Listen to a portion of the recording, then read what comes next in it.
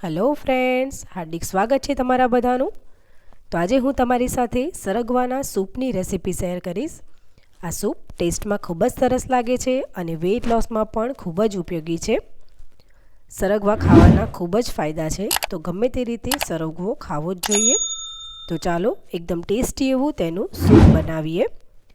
તો તેની માટે અહીંયા મેં 4 સરગવાની સિંગ લીધી હતી। તેને પહેલાં પાણીથી બરાબર સાફ કરી લીધી હતી અને પછી તેના 3 થી 4 ઇંચના ટુકડા કરી લેવાના છે।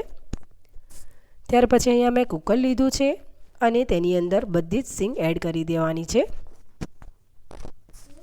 હવે તેની અંદર 1 ગ્લાસ પાણી એડ કરવાનું છે અને ત્યાર પછી 1/4 ટીસ્પૂન જેટલું મીઠું પણ એડ કરી દઈશું અને હવે કુકરનું ઢાંકણ ઢાંકી અને 2 વિસલ કરી લેવાની છે।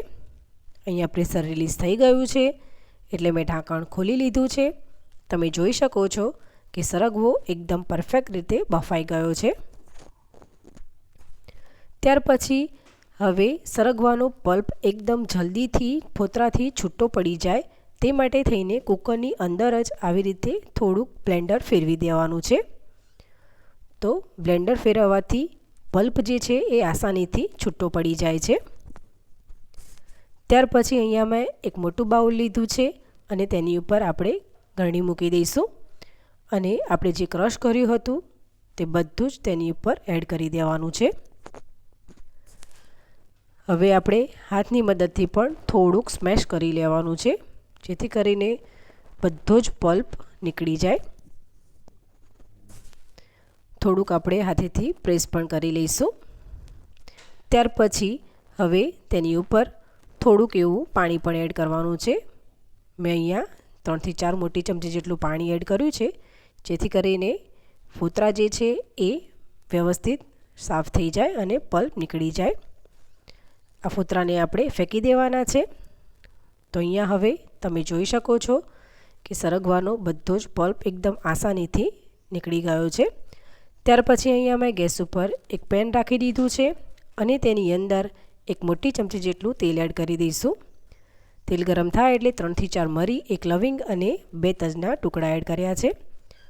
ત્યારબાદ તીખાસ માટે અહીંયા મેં 1 લીલું તીખું મરચું એડ કર્યું છે, પરંતુ તમારે જો સ્કીપ કરવું હોય તો સ્કીપ પણ કરી શકો છો।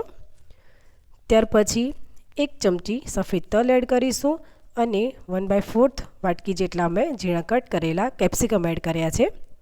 પરંતુ તમે જો લસણ ડુંગળી ખાતા હોય તો કેપ્સિકમની જગ્યાએ લસણ પણ એડ કરી શકો છો। બધી જ વસ્તુને બરાબર સંતળાવા દઈશું। ત્યાર પછી આપણે જે સરગવાનો પલ્પ કાઢીને રેડી કર્યો હતો તે બધો જ તેની અંદર એડ કરી દેવાનો છે અને હવે સ્વાદ પ્રમાણે મીઠું એડ કરી દઈશું। તો અહીંયા મેં અડધી ચમચી જેટલું મીઠું એડ કર્યું છે। સરગવાનો સૂપ તમે ખાલી મરી પાવડર અને મીઠું એડ કરીને પણ બનાવી શકો છો, પરંતુ આ રીતે બધી જ વસ્તુ એડ કરીને બનાવવાથી ખૂબ જ સરસ ટેસ્ટ આવે છે।